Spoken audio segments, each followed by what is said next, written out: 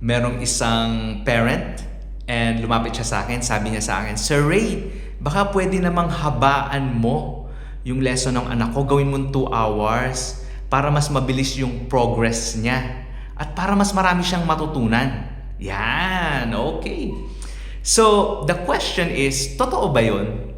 Totoo ba yun na mas mahabang lesson, mas maraming matututunan ang estudyante?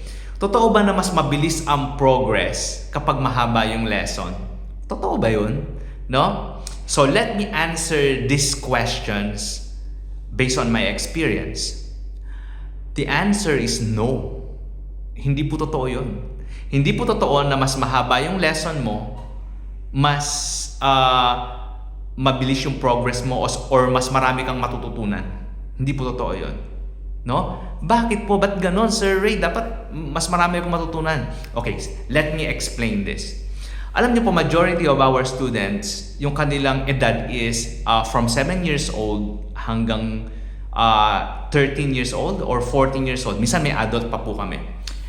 Alam niyo po, minsan po, no, yung 1 hour, nakakapagod na po yan.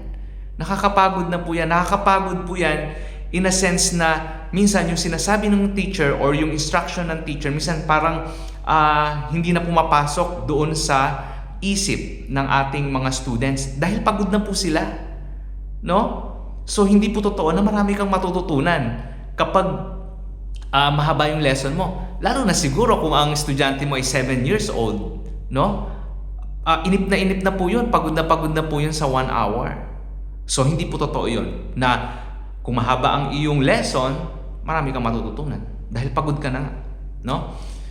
Number 2, totoo bang mas mabilis ang progress kapag mahaba ang lesson? Hindi rin po totoo yun.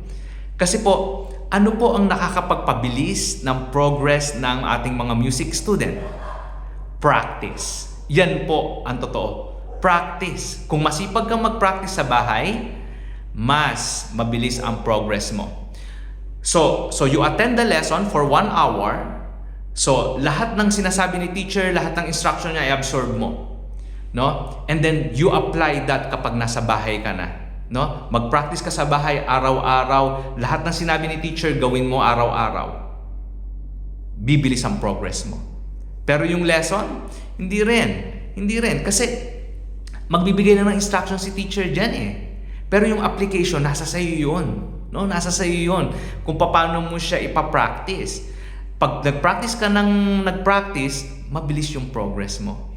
So again, tanong po ulit tayo. So totoo ba na yung mahabang lesson ay nakakapagpabilis ng progress? No.